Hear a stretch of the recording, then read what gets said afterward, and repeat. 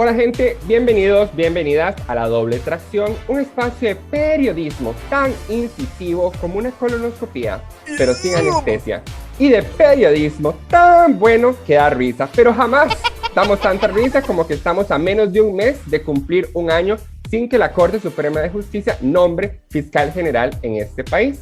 Mi nombre es Ernesto Núñez Chacón, pero todo el mundo me dice simplemente Ernie. Como Madonna es simplemente Madonna, Adele es simplemente Adele, y el proceso de elección de fiscal general simplemente es tan transparente y claro como un baño en calle de la amargura. La opacidad es su regla general, dice el panel independiente de personas expertas para la elección del fiscal o fiscala general de la República de Costa Rica.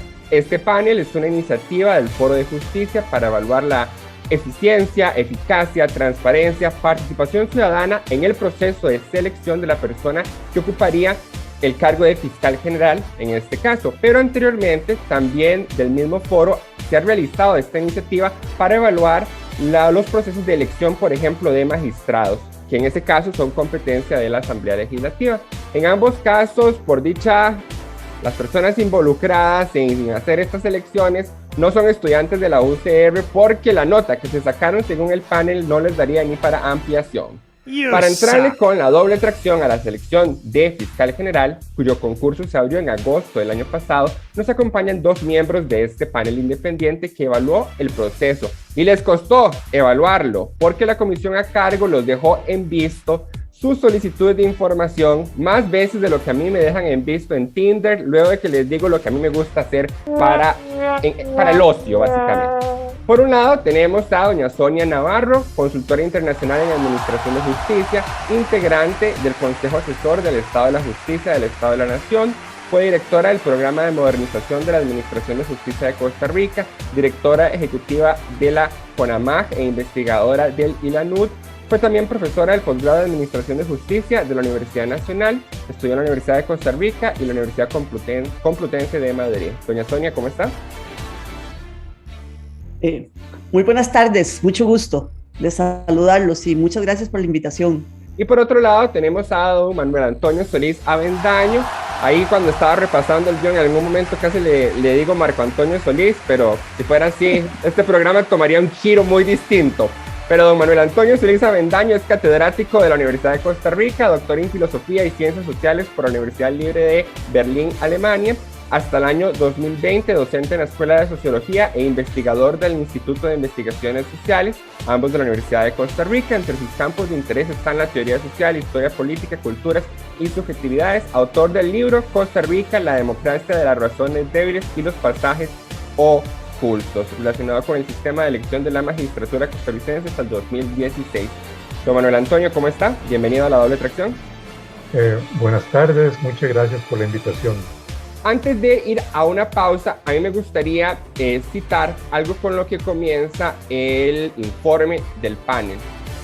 El informe dice, el panel considera importante mencionar que este ejercicio de monitoreo e incidencia en el proceso de selección se sustenta en el alto interés público que esta designación reviste y en el derecho de todos los ciudadanos y ciudadanas a participar de forma directa en los asuntos públicos.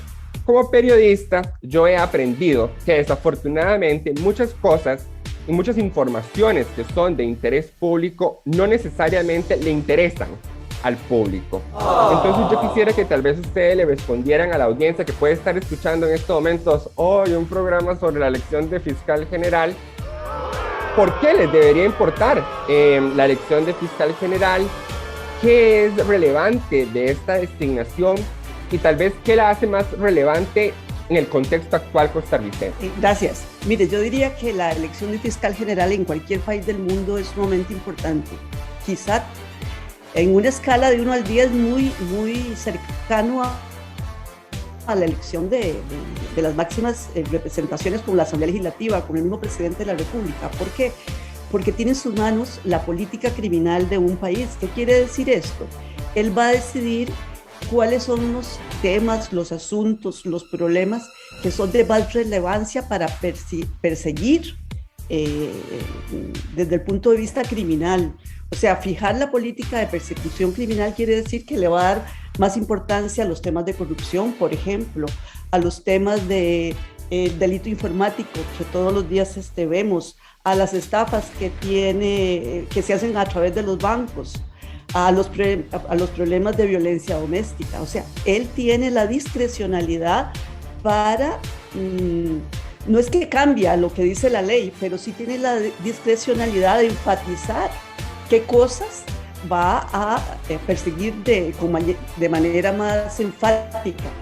Yo creo que la explicación de Sonia es muy clara, pero nada más enfatizar en el hecho de que la Fiscalía General y el Fiscal General o la Fiscala General deciden prioridades, ¿verdad? Y por lo tanto, ahí está quién dice qué se atiende y con qué fuerza se atiende, o lo contrario, qué no se atiende o de qué manera no se atiende. Perfecto. Con esas palabras, le recordamos a nuestra audiencia que este proceso de elección inició el 23 de agosto del año pasado y a la fecha todavía no se ha designado a la persona que ocuparía la Fiscalía General. Vamos a ir a una pausa y regresamos para entrarle con la doble tracción al estado justamente de esa Fiscalía en este momento. Esto es la doble tracción, ya venimos. Doble tracción. Hacemos periodismo tan incisivo como colonoscopía sin anestesia. Lo hacemos con humor tan descarado como un presidente. Acosador comprobado. Llantos y risas sacamos. Sin respuestas lo jalamos. La doble tracción, miércoles 4 p.m. Estamos de vuelta, listos para entrarle con la doble tracción y con doña Sonia Navarro, consultora internacional en Administración de Justicia, y don Manuel Antonio Solís Avendaño, catedrático de la Universidad de Costa Rica y doctor en Filosofía de Ciencias Sociales, miembros del panel independiente de personas expertos para la elección del fiscal o fiscala general de la República de Costa Rica. Listos para entrarle justamente a ese proceso de elección, su transparencia, su eficiencia, su eficacia, su apertura a la participación ciudadana. Pero antes de eso, un contexto importante es cuál es el estado de la Fiscalía actual en cuanto a su eficiencia en atender, por ejemplo, casos de corrupción. En el informe del panel independiente se cita justamente el informe del estado de la justicia, donde se describen ciertos datos de cómo ha venido manejando la Fiscalía procesando estos casos. Entonces yo quisiera que, como no nos conocemos, doña Sonia y don Manuel Antonio, que juguemos un juego. En estos momentos en la UCR estamos de vacaciones, entonces ya no hay exámenes. Entonces vamos a darle como un síndrome de estrés postraumático a los estudiantes jugando falso y verdadero. Yo les voy a decir a ustedes una afirmación de supuestamente el estado de la justicia y ustedes me van a decir si es falsa o verdadera. Primera afirmación. En casos de corrupción, entre el inicio del caso y la resolución de los delitos, la mediana de duración es de 358 días en la Fiscalía. ¿Ustedes qué dicen? ¿Falso o verdadero? Doña Sonia, ¿usted qué Creo dice? que es falsa, porque hay, hay promedios y hay medianas que se extienden mucho en el tiempo. Entonces, sobre todo los casos de corrupción son sumamente amplios. Sumamente amplios. Usted tiene buen olfato, creo que no va a salir mal en este examen mío. Don Manuel Antonio, ¿usted se suscribe a su compañera o dice que verdadero? No, claro que sí. De hecho, son casos altamente retardados, para decirlo de alguna manera, ¿no? Arrancaron bien el examen porque en efecto es falso. La mediana de duración para esos casos no es de 358 días, es de 759 días, 25 meses aproximadamente. Segundo, falso y verdadero. 12% de esos casos superó los 2.452 días calendario, o sea, cerca de 7 años o más. 12%. Falso o verdadero. Doña Sonia. Es que se me fue un poco en un momento, pero creo que esta es verdadera. Perfecto, hasta con interrupción digital lo logró bien porque en efecto es verdadero. 12% de esos casos superaron los 2.452 días calendario. Tercera Tercer falso verdadero. La revisión completa de expedientes arrojó que en las etapas internas del proceso no hubo ningún trámite cuya duración promedio fuera inferior a 170 días. Es decir, que casi medio año es el tiempo mínimo que tarda un expediente en moverse de un escritorio al otro. Falso verdadero. Verdadero. Verdadero, una daga al corazón, si es verdadero, pero, don Manuel Antonio. No lo entendí. Y yo entiendo que es verdadero. Sí. Bueno, perfecto. Yo a veces no entendía cosas en los exámenes e igual había que responder. Entonces, es verdadero, don Manuel Antonio Solís. Así es. En promedio, casi medio año es el tiempo que tarda un expediente en moverse de un escritorio al otro. Siguiente. Por eso yo no hago exámenes de falso y verdadero. Yo es que como ni siquiera he recibido el curso de pedagogía de la UCR, entonces ya aquí me mando con lo que conozco. Entre el caso Cementazo y Cochinilla, se precipitó la salida del titular del Ministerio Público por el camino de jubilación anticipada, de la destitución de un magistrado, de la sanción de un segundo alto jerarca, la renuncia de otros dos que optaron por acogerse a pensiones anticipadas y también hubo retiro, tuvo que retirarse y acogerse a pensión anticipada el otro entonces fiscal general y afrontar un proceso judicial. ¿Falso o verdadero? ¿Verdadero qué? Verdadero. Verdadero, absolutamente. Todo eso pasó entre el caso Cementazo y el caso Cochinilla. Antes de ir a una pausa, me gustaría que ustedes que evaluaron el proceso para la elección de la siguiente persona que ocupará el cargo de fiscal o fiscala general, no sé si son amantes del cine o de la música, del arte, y que tal vez nos resuman en una frase, en un título de una canción, de una película, lo que ustedes se llevan de la evaluación, de los resultados que ustedes encontraron. Yo, por ejemplo, después de leer el informe de ustedes, a mí me recordó el álbum de El lado oscuro de la luna de Pink Floyd, porque juepucha, qué cantidad de información que no les quisieron entregar. Hermético, pero, o sea, no sé ustedes cómo lo percibieron. ¿Qué les evoca? Oscuridad. ¿Qué? Y de alguna manera como un muro. Un muro. Contención. Un muro, ok. Un muro de contención. Don Marco Antonio. Ese es el Buki. ¿Cuál, perdón? Ese es el Buki. Ve, yo sabía que en algún momento iba a suceder. Mis disculpas. Es que como me puse a hablar de música, mi cerebro hizo así. Don Manuel Antonio, cuénteme. No, mire, le da a uno la idea de penetrar en un recinto religioso sumamente cerrado y misterioso, donde es muy difícil orientarse y es muy difícil obtener respuestas claras y contundentes, digamos. De acuerdo. Vamos a hacer una pausa y ya venimos para continuar entrándole a los resultados del panel independiente de expertos que evaluó el proceso de elección de la siguiente persona que va a ocupar la Fiscalía General de Costa Rica. Esto es La Doble Tracción, ya venimos. Doble Tracción.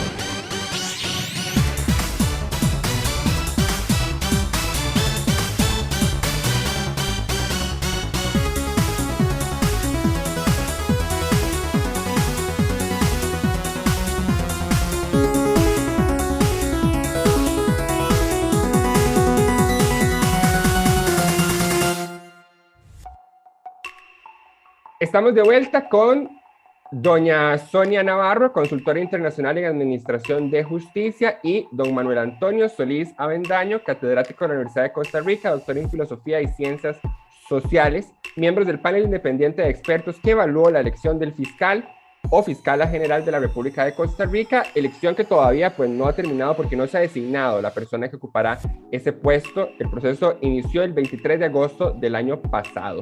Entonces, lo primero que me gustaría que nos explicaran a nuestra audiencia es cuál fue la metodología para evaluar este proceso.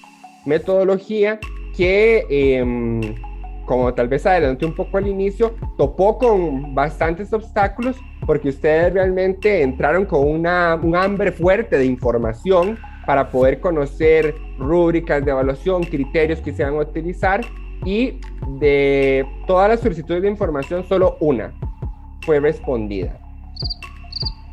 Bueno, básicamente para la elección de altos funcionarios de la Administración de Justicia existen estándares internacionales y, como decíamos antes, la figura del fiscal general se convierte en una figura sumamente importante para cualquier Estado de Derecho.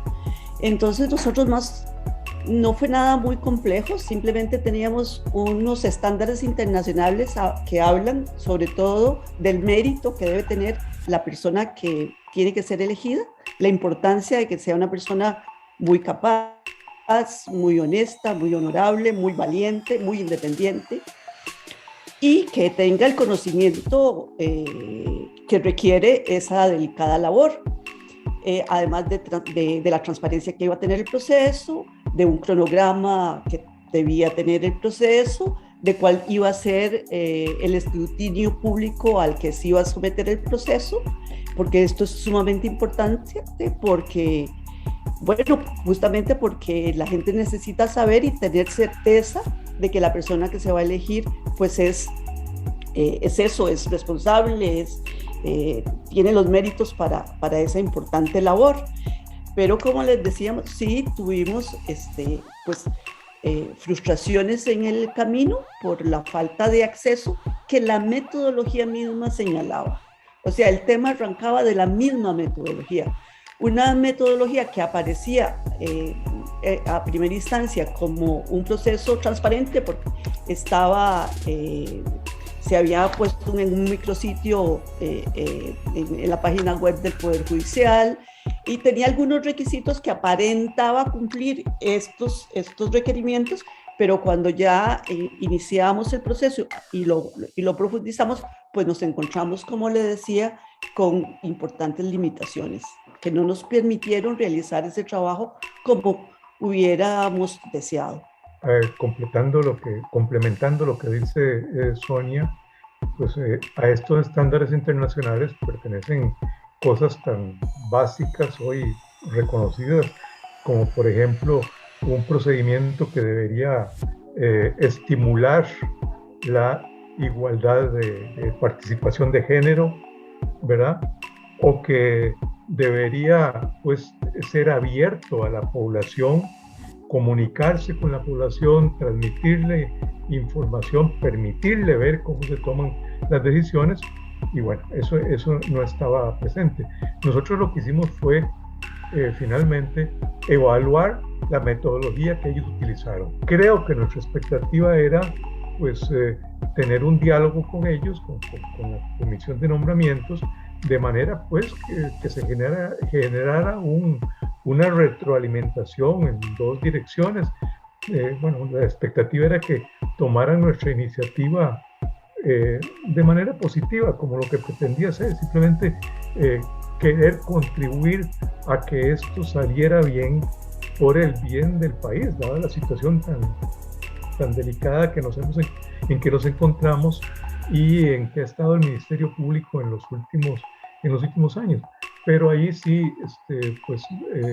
sentimos que no fue posible la comunicación. Tuvimos una reunión pues muy franca y muy abierta con don Fernando Cruz como presidente de la comisión, pero nunca pudimos conversar con la comisión, y luego pues nuestras solicitudes de información pues realmente fueron o no fueron respondidas, o a veces eran respondidas aportándonos comentarios o información que no era lo que nosotros nos interesaba en ese momento, ¿verdad? Entonces fue una situación que, digamos, nuestra experiencia ante la comisión como que nos da un elemento para entender cómo se puede colocar la ciudadanía frente a un trámite de esta naturaleza,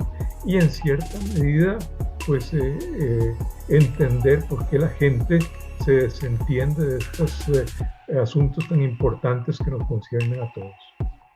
Tal vez una acotación, estos paneles independientes no son un tema que no existan en el derecho comparado, incluso para la elección de los jueces de la Corte Interamericana de Derechos Humanos. Se creó un panel similar a para darle seguimiento a este proceso, que era todavía, digamos, muchísimo más complejo, porque habían candidatos de diversos países y bueno, esto no era solo un país, sino candidatos de diversos países.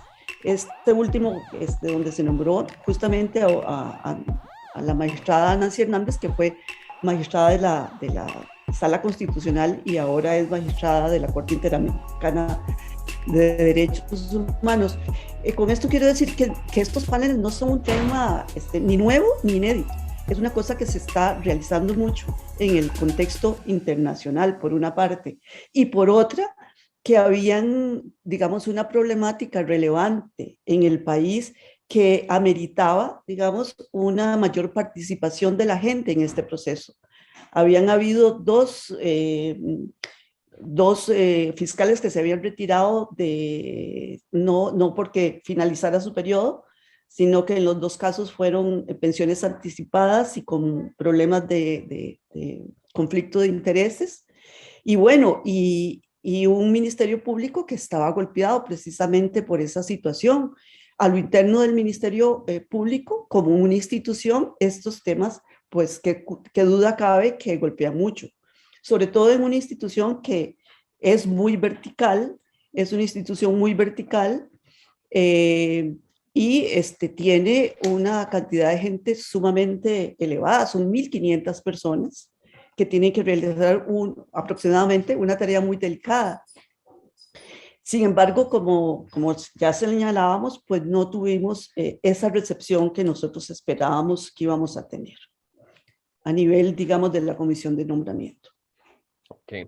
Sí, porque según el informe del panel, ustedes lograron reunirse, bueno, el panel logró reunirse con el presidente de la Corte, que es parte de la comisión. Ustedes describen que fue una reunión pues bastante amena, pero que posterior a la reunión, pues digamos que el logro más importante que alcanzaron fue que lograron insertar una batería de preguntas que sí fue eventualmente utilizada en las entrevistas, que eran parte del proceso de justamente de las personas candidatas al puesto de fiscal o fiscala general.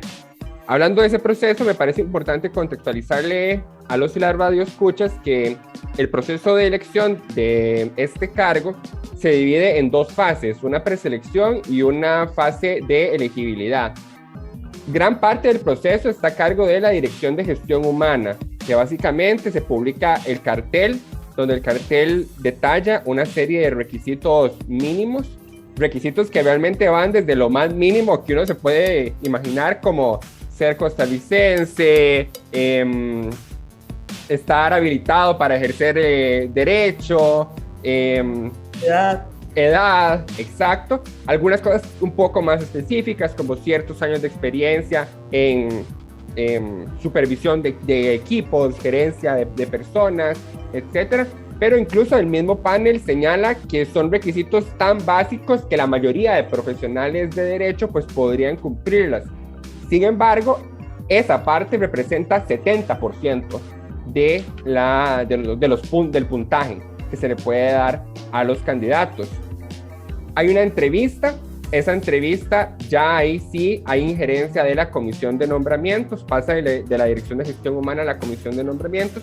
Esa entrevista, si bien solo vale 5 puntos, si mal no recuerdo, si tengo bien anotado aquí, 5 puntos, paradójicamente puede resultar determinante a pesar de tener un puntaje tan bajo, porque si se le da un puntaje menor a 70, la persona, por más buena nota que se haya sacado en los requisitos mínimos, donde pone sus atestados, no pasa, no queda con una nota, no queda elegible al puesto. Entonces, ese es más o menos como el proceso, y bueno, ya después se envía la recomendación para ver la persona que sea elegida. Yo quisiera preguntarles a ustedes de toda la evaluación de ese proceso que don Manuel Antonio muy bien pues resume que lo que ustedes básicamente hicieron fue evaluar la metodología que se aplicó. ¿Cuáles fueron las cosas que para ustedes les parece que es más importante en este momento encender la alerta y que la ciudadanía conozca qué está pasando con este proceso? A mí como periodista, por ejemplo, me llamó poderosamente la atención esa como contradicción entre los pesos que tiene los requisitos mínimos y la entrevista a nivel de puntaje, pero que a su vez, finalmente, por más atestados que tenga la persona en la entrevista, que carece de una rúbrica también, pueden traerse abajo a la candidatura de esta persona. O sea, una persona puede brillar y ganarse todos los 70 puntos o más de los criterios mínimos, pero si en la entrevista no le cayó bien a alguien o hay intereses ahí que no lo hacen viable para las personas que están eligiendo, fácilmente se lo pueden traer abajo de esta candidatura. También me llamó poderosamente la atención, y eso sí tiene ya mucho que ver con la parte del derecho a la información, que es donde yo como periodista me muevo, que a ustedes se les negó información. Por ejemplo, información que a todas luces en cualquier otro proceso, incluso con personas privadas involucradas, es pública por jurisprudencia, como los atestados de estas personas. Según el informe del panel, a ustedes se les dijo que podían tener acceso a la versión abreviada del historial de estas candidaturas y no a los atestados de estas candidaturas, lo cual a mí me llamó poderosamente la atención, porque si hoy yo quiero ir a pedir los atestados que cierta persona presentó o cierta empresa presentó para optar por una licitación, me los dan. Y si no me los dan, pues puedo meter un recurso de amparo y hay jurisprudencia de sobra que me ampara, valga la redundancia, para que me den esto, porque se volvió de interés público, de dominio público, en el momento que se metieron en un concurso público. Y después no hay nada más público, por así decirlo, que un proceso de elección como este. Entonces, para no robar tanto tiempo, porque ya terminé yo hablando aquí demasiado, les devuelvo la pelota a ustedes y que me cuenten cuáles fueron esas cosas que los despertaron y encendieron tanto como a mí me encendieron esto que yo les acabo de mencionar. Bueno, si me permite, yo pienso que lo que usted destaca, Ernesto, es lo principal, o ahí está lo principal. Imagínense que esos 70 puntos, una periodista me decía en algún momento, una colega suya, mire, pero es que yo aquí tengo como buena parte de los requisitos para ser magistrada, ¿verdad? A pesar de que no he estudiado Derecho y ¿verdad? No tenía ninguna formación en el campo. ¿Por qué se le va a dar puntaje a cosas que deberían ser precondición para ingresar en un concurso, ¿verdad? Eso es un absurdo, y darle un 70%. Y en el mismo sentido, el tema de la entrevista, nosotros preguntamos muchas veces, bueno, ¿hay algún criterio unificado para evaluar, o puede ocurrir que cada quien pregunte como quiera, ¿verdad? Que cada persona integrante de la comisión pregunte como quiera y como bien le parezca? Pues realmente nunca hubo algo así como un perfil para evaluar a las personas, ¿verdad? Entonces, cuando nosotros revisamos las preguntas que se hicieron, notamos, bueno, muy positivamente que acogieron algunas de las preguntas que nosotros habíamos formulado, algunas magistradas, no todos, pero también que las preguntas en general eran tremendamente dispersas, ¿verdad? Con lo cual es muy difícil decir, bueno, ¿por qué a una persona luego se le da tal puntaje y a otra se le da tal otro? ¿Verdad? No hay ahí algo sólido como para respaldar una decisión. Y bueno, el lío con que esto, ¿por qué no poner un currículum? ¿Por qué poner un currículum abreviado que además, por lo que entendemos, es quien lo presenta, la persona que lo abrevia, ¿verdad?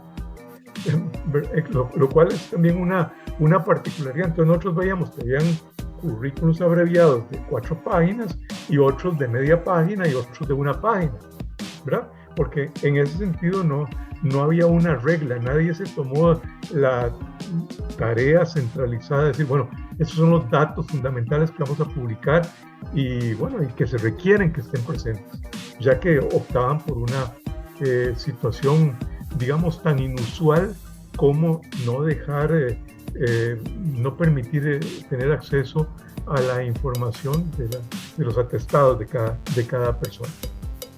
Y finalmente, un procedimiento que es para nombrar una terna, pero que nos deja con una terna de 11 personas.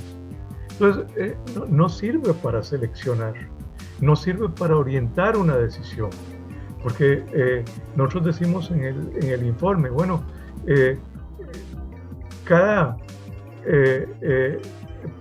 por cada magistrado, por cada candidato hay 2 magistrados. O sea, imagínense cómo se van a distribuir los votos. Por cada persona que fue recomendada para la terna, hay 2 magistrados. Entonces, ¿qué significa un procedimiento que es para seleccionar, pero que finalmente no selecciona, no orienta, no justifica una orientación, sino que nos deja, bueno, escojan entre estos 11? Bueno, esto es una situación, yo creo que para cualquier persona, o tremendamente incómoda, o una situación que puede favorecer, pues, digamos, decisiones que no respalden ni a la persona que sea nombrada, ni a la institución como tal. Cosas ambas que a nosotros nos preocupan por el momento que está atravesando el país, ¿verdad? Entonces, quedamos ahí con un mal sabor, ¿verdad? Porque no vemos pasos como muy firmes y decididos a hacer correctivos, los correctivos que se anunciaron desde el año 2017 con la crisis de la Corte, ¿verdad? Que todos sabemos que fue un temblor muy, muy fuerte, un terremoto, y sin embargo hay cosas que se podían haber corregido para beneficio institucional y que sin embargo por ese camino no parece que se esté avanzando. Y eso se juntan con otros indicios y nos complican el panorama y nos lo ponen cuesta arriba. De acuerdo. Doña Sonia. Sí, yo diría que en estos momentos, quizá más que nunca, Costa Rica necesita un poder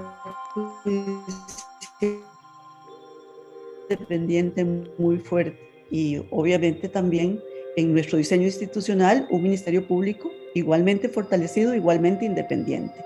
Entonces, esta elección era una posibilidad de oro para propiciar ese fortalecimiento a través de una metodología que fuera rigurosa, que no fuera porosa, que fue lo que encontramos, para poder elegir, digamos, a la persona más idónea. O sea, yo no digo que no haya personas idóneas dentro de esa lista de 11. Lo que decimos es que la metodología es una metodología que no garantiza que se vaya a escoger a la persona más idónea.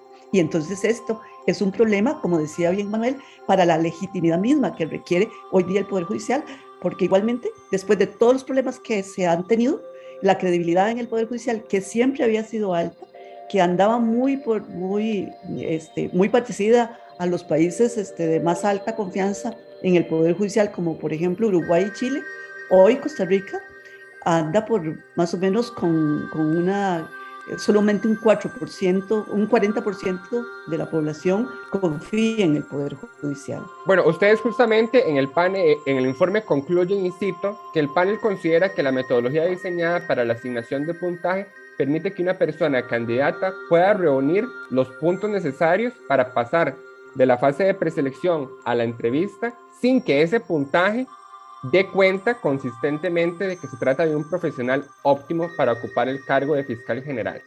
Esta cita me parece que resume un poco lo que doña Sonia venía diciendo, ¿verdad? Que no es una cuestión de que las personas que hayan llegado a esa enorme terna de 11 personas estén o no bien calificadas, sino que la metodología en sí misma no asegura no procura que sean personas que al llegar ahí, efectivamente hayan sido personas que cumplan atestados que les hacen particularmente idóneos para el cargo de fiscal o fiscala general. Ustedes también señalan en el informe algunas falencias, como que no había parámetros temporales, lo cual ha favorecido que el proceso de selección se prolongara excesivamente en el tiempo. Como he repetido en este programa, ya vamos ahora un poquito más después del Día de la Madre, se cumple un año desde que se abrió el concurso y si hasta el momento, hasta esa fecha no se ha nombrado fiscal o fiscala general, se cumpliría un año de estar en este proceso. Y ustedes también hablan de que si bien, perdón, ustedes hablan de que si bien se generó este micrositio donde había un buzón para recibir insumos ciudadanos, que nunca se dio publicidad a qué se hizo con esos insumos ciudadanos, qué pasó, cómo se tomaron en cuenta, etcétera. Lo que me lleva a la siguiente pregunta. Se ha hablado mucho de la importancia de la participación ciudadana en este proceso. Ustedes mismos han reconocido que con base en la experiencia que ustedes tuvieron en buscar información, solicitar información, tener contacto con la comisión, pues queda un poco de luces de por qué se genera desencanto desde la ciudadanía para participar y acercarse a procesos como este. Entonces yo quisiera preguntarles, ¿cómo puede la ciudadanía involucrarse con un proceso como este? Ahora es el de selección de fiscal o fiscala general, en otros momentos ha sido para magistrados o magistradas. ¿Cómo puede la ciudadanía involucrarse en procesos como este cuando es tan hermético el asunto? Y no solo es hermético, sino también vertical, en el sentido de que son instituciones en gran medida especializadas, que no todas las personas manejan exactamente qué hace la fiscalía, cómo lo hace, etcétera. Entonces, ¿cómo pueden las personas involucrarse? Yo creo que un problema que hay acá es que se nos da un doble mensaje, ¿verdad? El doble mensaje es, pues vamos a tomar en cuenta a la ciudadanía, creamos un buzón, vamos a recibir comentarios, vamos a colgar los atestados de las personas, pero al mismo tiempo, pues hay una serie de cortocircuitos en todos esos pasos, ¿verdad? Y cuando uno intenta entrar por un lado, por ejemplo, acceso a información, o cuando quiere pues simplemente tener un diálogo, es decir, explíquenos, ayúdenos a entender el procedimiento que está siguiendo, pues no hay forma de comunicación, no hay forma de entrar en contacto. Entonces, ese es un lío que es difícil, porque, repito, están los dos mensajes: se invita pero no se invita. Es igual que, por ejemplo, con la participación de las mujeres en este caso, ¿verdad? Finalmente, lo único que sabemos de este fiscal que se va a elegir es que va a ser un varón, porque ya no hay mujeres ahí, ¿verdad? Se habló de estimular la participación de mujeres, etcétera, pero las que hubo quedaron en el camino, y algunas eran muy buenas y se retiraron. Bueno, es un proceso. Dos de ellas. ¿Perdón? Dos de ellas se retiraron. Sí, sí. Las dos que quedaban se retiraron. Se retiraron. Entonces, uno dice, bueno, es que pues una persona que está decidiendo su vida frente a un procedimiento que se prolonga durante un año y que no se sabe cuándo puede concluir, ¿verdad? Ni de qué manera, por los parámetros que están en juego, pues realmente ahí no hay un estímulo para participación. Bueno, entonces, ¿cuál es el lío acá? Yo creo que ahí tendríamos que salirnos, porque salirnos un poco de lo que es el problema del Poder Judicial y verlo más en general. Finalmente tendríamos que replantearnos un poco qué es la ciudadanía en una democracia, ¿verdad? Y reapropiarnos de otro tipo de ciudadanía que sea más activa, más propositiva y seguramente más demandante en el buen sentido de la palabra, ¿verdad? En el sentido de quiero entender, quiero saber y quiero comprender cómo ustedes llegan a determinadas conclusiones, y no me digan que porque hubo puntajes eso está bien hecho, ¿verdad? Entonces, ahí hay una quiebra que es, a mi juicio, ¿verdad? Más política, ¿no? Trasciende el Poder Judicial y compromete nuestra lectura de la democracia, y creo que en ese sentido es que pues habría que trabajar en el futuro. Uh-huh. ¿Ustedes como panel pensaron en algún momento presentar algún recurso de amparo por la reticencia a entregar algunas de esas informaciones que a todas luces son públicas? Realmente no lo pensamos. Nuestro papel fue, como bien decía Manuel, de evaluar esa metodología, y lo que la votación donde se vaya a elegir al fiscal general, esa votación tiene que ser pública. O sea, igual las entrevistas que se hicieron en el proceso fueron públicas y transmitidas por los diferentes medios, y esta votación a nosotros nos parece que sería fundamental de que sea pública y que los magistrados y las magistradas fundamenten su voto, ¿verdad? Y bueno, la última noticia es que la Procuraduría General de la República señaló que las votaciones públicas para nombramiento o para ratificación de funcionarios públicos debe ser pública, en la Asamblea Legislativa en este caso, pero igual aplica para el Poder Judicial. Sí, yo les preguntaba lo del recurso de amparo porque ese, como periodista, es mi primer instinto cuando me retienen alguna información, ¿verdad? Lo que pasa es que ese recurso de amparo sería una cuestión bastante curiosa, porque es básicamente decirle a las personas que tendrían que resolver el recurso de amparo que, hey, ustedes mismos no me han dado, no me están procurando mi derecho a la información. Entonces, no sé, me parece que sería o sea, que si bien se hubiera resuelto, ¿no?, a favor, sería un precedente interesante de tener, de cómo se resuelve algo así. Y luego, la esperanza también es que la Corte reflexione sobre esta metodología.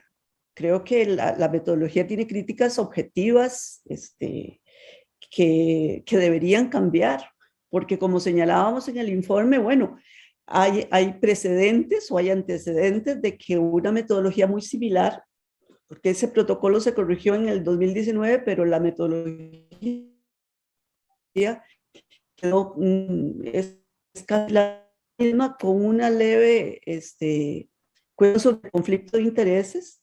Esta metodología tendría que cambiarse. Por ejemplo, que no sea accesible el currículum vitae de las personas que se postulan es algo un poquito absurdo. Esas tienen que corregirse. Y a la luz de los estándares internacionales, es que ya hay establecimiento de cánones que son importantes para el nombramiento de personas tan importantes en la administración de justicia de un país. Sí. Yo creo que la mejor manera de poner a alguien a reflexionar es con un recurso de amparo, doña Sonia, la verdad. Aquí la verdad, a veces no se ponen a reflexionar hasta que les llega el recurso. Pero bueno, nos quedan un par de minutos, entonces yo quisiera ir cerrando preguntándoles por algo que dijo doña Sonia que me parece vital. Doña Sonia mencionaba que este proceso era una gran oportunidad para el Poder Judicial, para poder justamente dar una luz en medio de todas estas sombras que se han venido acumulando alrededor del Poder Judicial, sus índices de desconfianza ciudadana, el historial evidentemente que ha tenido que arrastrar producto de los casos de corrupción que han salido, etc. En el informe se habla de que una cantidad no menor a 50 personas vieron las entrevistas que fueron transmitidas digitalmente. El panel lo plantea como algo con buenos ojos. Yo considero que son pues poquitas personas. Y ustedes, sin embargo, insisten en que ese interés debe ser promovido. Yo quisiera preguntarles quién debería encargarse de esa promoción para que la ciudadanía participe de estos procesos. Porque, por ejemplo, yo decía, bueno, qué interesante hubiera sido que esas entrevistas se hubiera generado alguna alianza con el CINAR para que hubiera un espacio en el noticiero, por ejemplo, o en los programas, o una franja horaria donde se pudieran poner resúmenes de estas transmisiones, y que tal vez, no sé si la transmisión digital se hizo directamente en el CINAR, esa parte sí no la conozco. Entonces yo pienso, ¿quién debería gestionar esas alianzas? El Poder Judicial.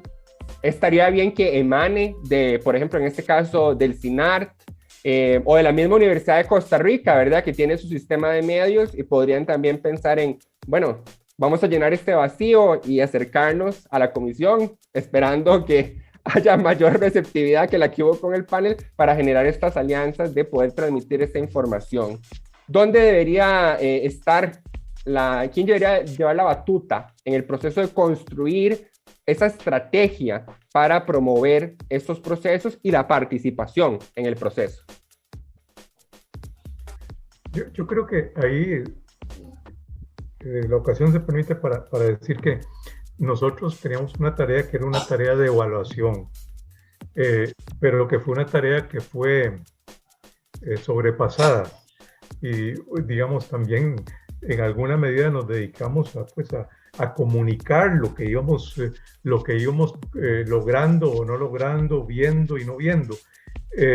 Bueno, esto activó afortunadamente algunos medios de la universidad, pues nos invitaron a hablar de lo que estaba sucediendo oportunamente, pero también otros medios, y eso favoreció un cierto clima de opinión, pues por lo menos para que el proceso no pasara desapercibido como podía haber pasado, me parece, ¿verdad? Ahora, yo creo que aquí involucrados y convocados estamos todos. Ahora, hay personas y hay grupos que están más que otros, digamos, por ejemplo, los gremios de abogados, el colegio de abogados, un gremio como este que es tan importante, no debería tener un papel central en todo este tipo de reflexiones. No parece que sea así, más bien es un lugar más marginal.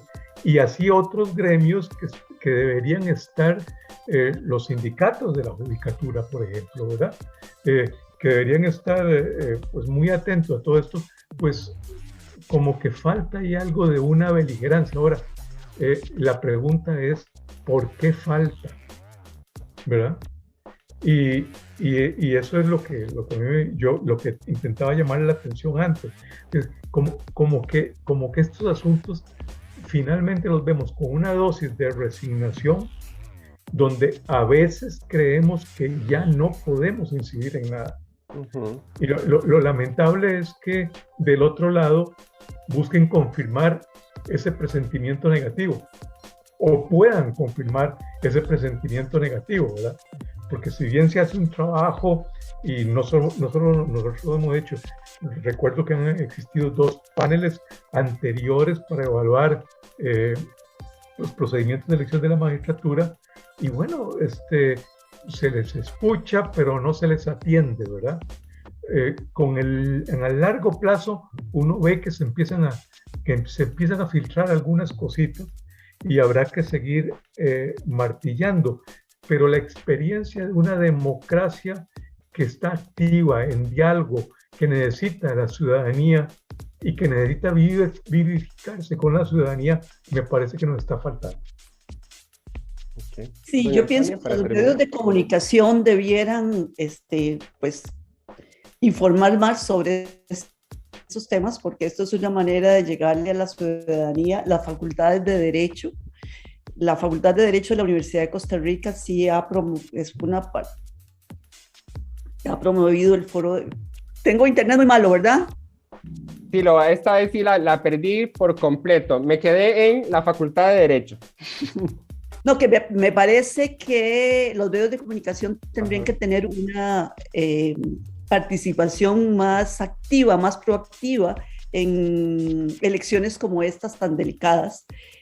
Siento que las facultades de Derecho tendrían que tener también una mayor participación, porque hay muchas en Costa Rica, no solamente la Facultad de Derecho de la Universidad de Costa Rica, que sí es parte del Foro de Justicia, y todas las gentes interesadas en el tema judicial. Creo que en Costa Rica no tenemos esa, digamos, esa cultura que sí existe en otros países. Quizá, por ejemplo, en países como Guatemala, El Salvador, situaciones muy complicadas que estos países han tenido, hacen que las ONGs y la comunidad, incluso internacional, esté más atenta a estos procesos. De acuerdo.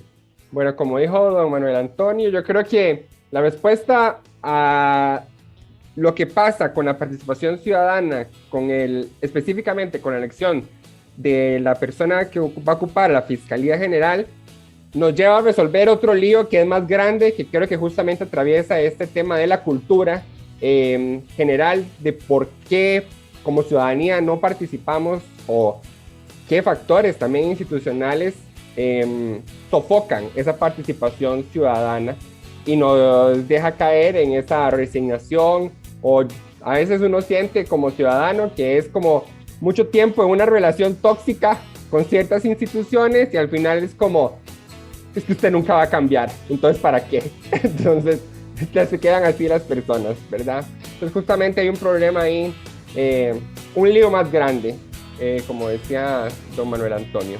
Muchas gracias a doña Sonia Navarro, consultora internacional de la Administración de Justicia, y a don Manuel Antonio Solís Avendaño, catedrático de la Universidad de Costa Rica, doctor en Filosofía de Ciencias Sociales, miembros del panel independiente de personas expertas que evaluó la elección del fiscal o fiscala general de la República de Costa Rica. Les agradezco a ustedes por su tiempo y a ustedes por escucharnos, y nos escuchamos en el próximo programa. Muchas gracias. Muchas gracias.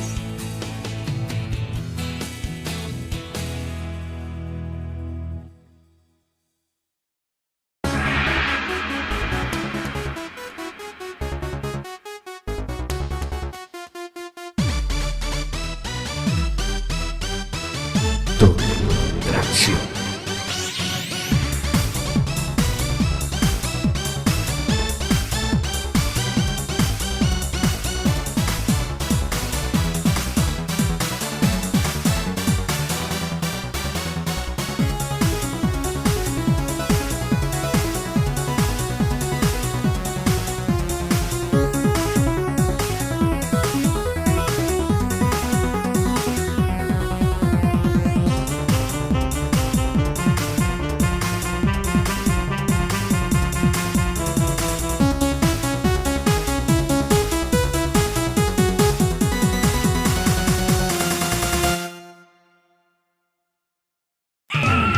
Hacemos periodismo tan incisivo como colonoscopía sin anestesia. Lo hacemos con humor tan descarado como un presidente. Acosador comprobado. Llantos y risas sacamos. Sin respuestas no jalamos. La doble tracción, miércoles 4 p.m.